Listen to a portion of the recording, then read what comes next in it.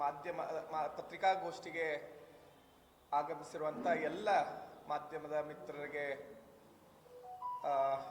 ಅಭಿನಂದಿಸಿ ಅವರಿಗೆ ಸ್ವಾಗತವನ್ನು ಕೋರ್ತಾ ಈ ಒಂದು ಕ್ರಾಂತಿವೀರ ಸಂಗೊಳ್ಳಿ ರಾಯಣ್ಣ ಪ್ರತಿಷ್ಠಾನ ಏನು ಗಜೇಂದ್ರಗಡ ನಮ್ಮ ಕನ್ನಡ ಪರ ಹೋರಾಟಗಾರರು ಬೆಳಗಾವಿಯ ಕನ್ನಡದ ವಿಚಾರಕ್ಕೆ ಧಕ್ಕೆ ಬಂದಾಗ ಗದಗಿಂದ ಗಜೇಂದ್ರಗಢದಿಂದ ಸುಮಾರು ಸರಿ ನೂರಾರು ಜನ ಕನ್ನಡಿಗರನ್ನ ಕರ್ಕೊಂಡ್ಬಂದು ಹೋರಾಟಕ್ಕೆ ಭಾಗಿಯಾಗಿರುವಂಥ ಎಚ್.ಎಸ್. ಸೋಂಪೂರ್ ಸರ್ ಅವರ ನೇತೃತ್ವದಲ್ಲಿ ನಡೀತಾ ಇರುವಂಥ ಈ ಒಂದು ಹುತಾತ್ಮ ದಿನದ ಕಾರ್ಯಕ್ರಮ ಅಂಗವಾಗಿ ಇವತ್ತು ಪತ್ರಿಕಾಗೋಷ್ಠಿಯನ್ನು ಕರೆದಿರೋ ಉದ್ದೇಶ ಏನಂದರೆ ಪ್ರತಿ ಸಲನೂ ಕೂಡ ಇವರು ಗಜೇಂದ್ರಗಢದೊಳಗಡೆ ಜನವರಿ 26ಕ್ಕೆ ವಿಶೇಷವಾಗಿ ವಿಭಿನ್ನವಾಗಿ ರಾಯಣ್ಣನ ಸ್ಮರಣಾರ್ಥಕವಾಗಿ ವಿಶೇಷವಾದಂಥ ಸಾಂಸ್ಕೃತಿಕ ಕಾರ್ಯಕ್ರಮಗಳನ್ನು ಅವರು ಹಮ್ಮಿಕೊಳ್ತಾ ಇದ್ರು.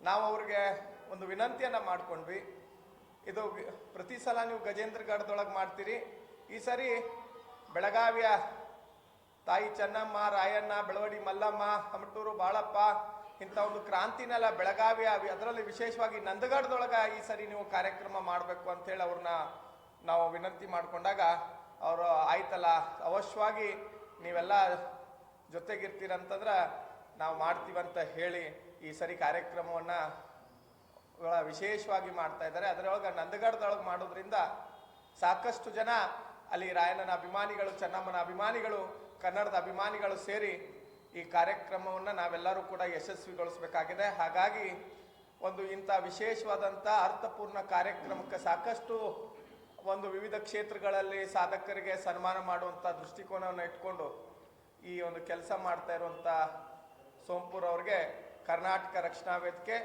ಅವರ ಜೊತೆಗೆ ನಿಂತ್ಕೊಂಡು ಸಂಪೂರ್ಣವಾಗಿ ಹಗಲಿರಲು ಕೂಡ ಅವ್ರಿಗೆ ನಮ್ಮ ಜಿಲ್ಲಾ ಪ್ರಧಾನ ಕಾರ್ಯದರ್ಶಿ ಆಗಿರುವಂಥ ದಶರಥ್ ಬನೋಶಿ ಅವರು ಸಂಪೂರ್ಣವಾಗಿ ಅಲ್ಲಿ ನಂದಗಢದ ಜವಾಬ್ದಾರಿಯನ್ನು ತಗೊಂಡು ಕೆಲಸವನ್ನು ಮಾಡ್ತಾ ಇದ್ದಾರೆ.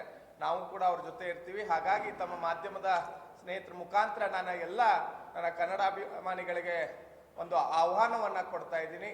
26ನೇ ತಾರೀಕು ನಾವೆಲ್ಲರೂ ಕೂಡ ನಂದಗಢಕ್ಕೆ ಹೋಗಿ ರಾಯಣ್ಣನ ದರ್ಶನವನ್ನು ಮಾಡಿಕೊಂಡು ಇಂಥ ಒಂದು ಅಭೂತಪೂರ್ವವಾದಂಥ ಕಾರ್ಯಕ್ರಮಕ್ಕೆ ಪಾಲ್ಗೊಂಡು ಆ ಕಾರ್ಯಕ್ರಮವನ್ನು ಯಶಸ್ವಿಗೊಳಿಸಿ ಈ ಗಡಿ ನೆಲದೊಳಗಡೆ, ಈ ಕ್ರಾಂತಿಯ ನೆಲದೊಳಗಡೆ ನಾಡ ವಿರೋಧಿಗಳಿಗೆ ಈ ಕಾರ್ಯಕ್ರಮದ ಮುಖೇನವಾಗಿ ಒಂದು ಸಂದೇಶವನ್ನು ಕಳಿಸೋಣ. ತಾವೆಲ್ಲ ಕನ್ನಡದ ಅಭಿಮಾನಿಗಳು ಬರಬೇಕು ಅಂತ ಹೇಳಿ ತಮ್ಮಲ್ಲಿ ವಿನಂತಿಯನ್ನು ಮಾಡ್ಕೋತಾ ಇದ್ದೀನಿ.